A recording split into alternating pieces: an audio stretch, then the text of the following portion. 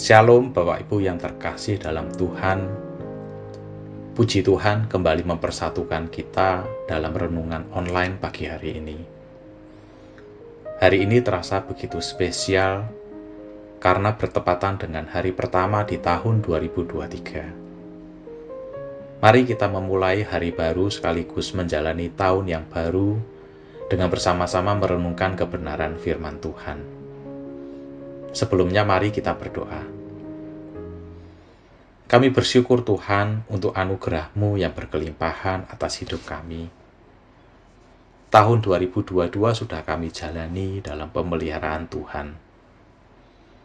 Saat ini, dikala kami akan memulai tahun yang baru, kami memohon tuntunan dari firman-Mu, supaya setiap hari yang akan kami jalani di tahun 2023 ini, kami bisa menjalaninya dalam anugerah, kekuatan, dan pemeliharaan Tuhan.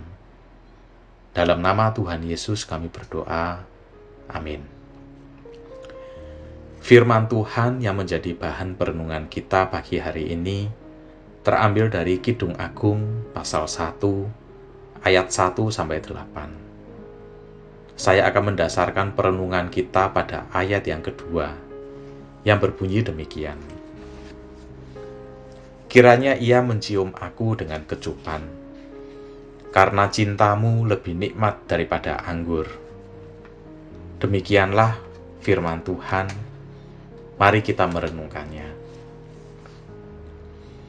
Umumnya orang menilai kitab Kidung Agung ini berisi puisi dari penulisnya yang sedang kasmaran. Tetapi kita justru merenungkan firman Tuhan hari ini dengan mengibaratkan relasi kasmaran kita dengan Tuhan kita.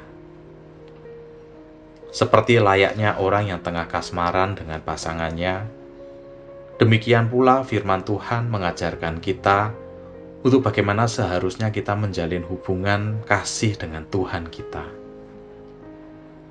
Umumnya orang yang sedang kasmaran merasa hidupnya indah dan penuh kebahagiaan. Demikian pula cinta yang tulus tentunya tidak dipengaruhi oleh kelimpahan materi ataupun kecakapan fisik. Demikianlah wujud kasih Tuhan kepada kita.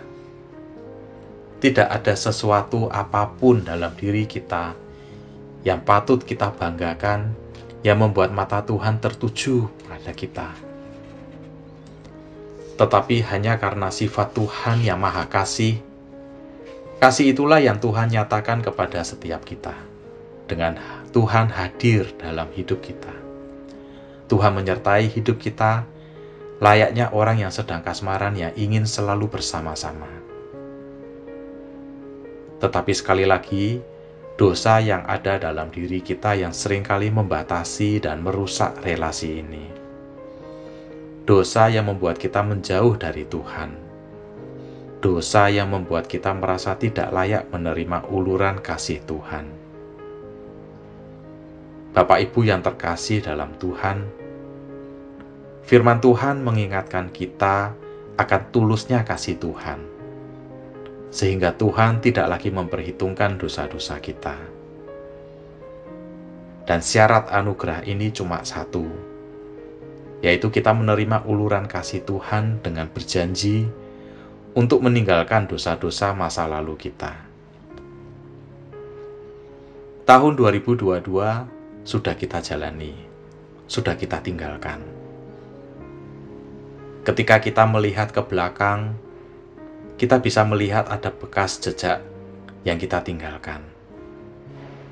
Marilah kita merenungkan betapa ada bekas telapak kaki Tuhan yang berjalan di sisi kita. Ketika kita berjuang untuk sembuh, tatkala kita terpapar COVID-19, Tuhan hadir bagi kita, memberi kita kekuatan, penyertaan, dan penghiburan. Kita mampu menanggung semua sakit dan penderitaan hingga akhirnya sembuh. Semua itu karena Tuhan selalu ada di sisi kita. Ketika menjalani tahun 2022, kita diperhadapkan pada sakit penyakit yang lain, Tuhan juga ada bagi kita, menunjukkan kepada kita jalan pengobatan melalui dokter dan obat-obatan terbaik yang memungkinkan kita terus bertahan melewati tahun 2022. Ketika ada anggota keluarga kita yang terdekat yang memperoleh pergumulan yang hebat, atau bahkan diri kita sendiri yang mengalaminya, Tuhan memampukan kita secara fisik dan mental untuk mendampingi dan menjalani semua itu. Dengan terus berseru kepada Tuhan, pada akhirnya Tuhan mengizinkan penyelesaian yang terbaik menurut Tuhan untuk kita terima bersama. Ketika ekonomi kita di tahun 2022 tergoncang secara hebat karena pandemi COVID-19, kita juga melihat campur tangan Tuhan yang terus memelihara kita dan seluruh anggota keluarga kita, sehingga kita tetap bisa melewati tahun 2022 dalam kecukupan karena Tuhan yang memelihara. Bapak Ibu yang terkasih dalam Tuhan, saya percaya setiap kita pasti sudah melewati banyak hal di tahun 2022. Ketika kita merefleksikan semua yang terjadi, kita bisa melihat dan merasakan ada Tuhan dan kuasa Tuhan yang bekerja dalam diri kita. Itulah kasih Tuhan yang tulus yang ditunjukkannya bagi kita. Saat ini, kita sudah menyongsong tahun 2023. Marilah kita tidak meninggalkan Tuhan di belakang kita. Marilah kita terus bahkan lebih lagi melibatkan Tuhan dalam menjalani tahun 2023 ini.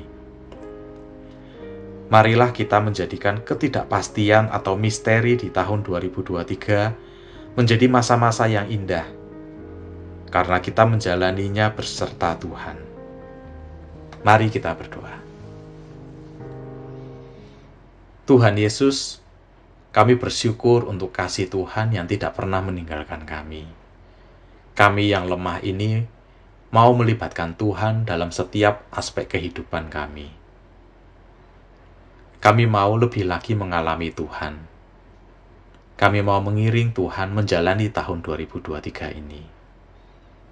Dalam nama Tuhan Yesus, kami berdoa. Amin. Sekian perenungan kita. Tuhan Yesus memberkati.